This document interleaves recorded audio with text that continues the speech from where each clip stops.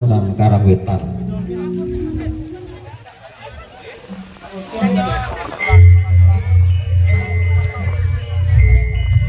Sirno Rubuto Ambrasto Hangkono Kasarasan Karaharjan Samyo ingkang pinanggih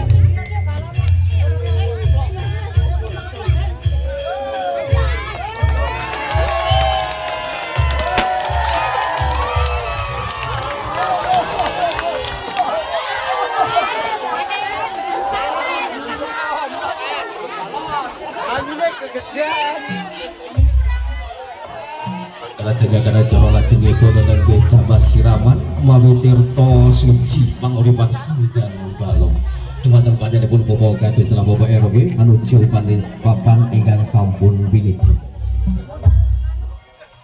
dumateng para punggung ingkang badhe lakukan kanthi tuwat Jamas muga aturan jenggar saking palunggahan anuju sasana ingkang piniji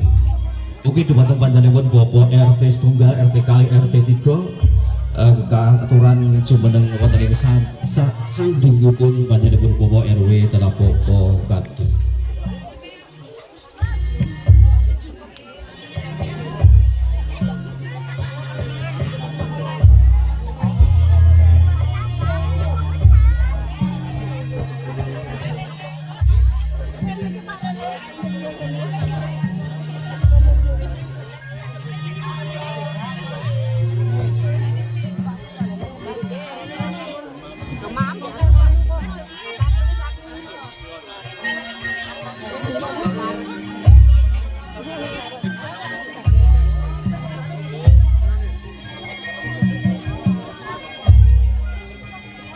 Puji Gusti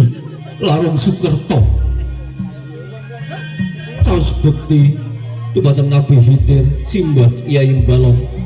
Ruwatuk sumber tirta suci panguripan Sundang Balong mulih andayani kasantosan miwah kamakmuran tradisi lestari budaya ngrembaka sir suci rasa sejati pinadosan banyu urip tubatasing tirta suci panguripan Sundang Balong handel sirikmu telah kebes agap giur rasa ademe sakjroning kulit ari-ari karasake ngantos dumikiring wesi putih ana ing sakjroning daging kang sinebat balung sungsung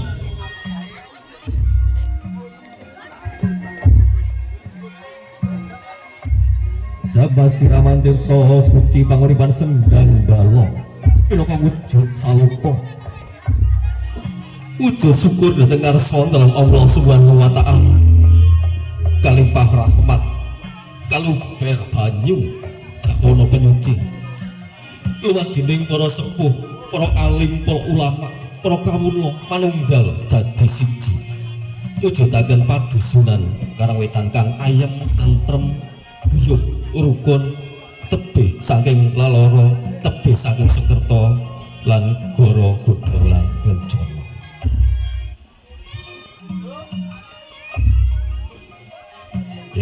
bagaten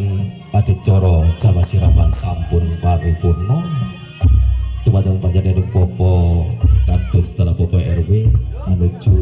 parwa jengkar saking palenggahan menuju wonten ing Cipiniji.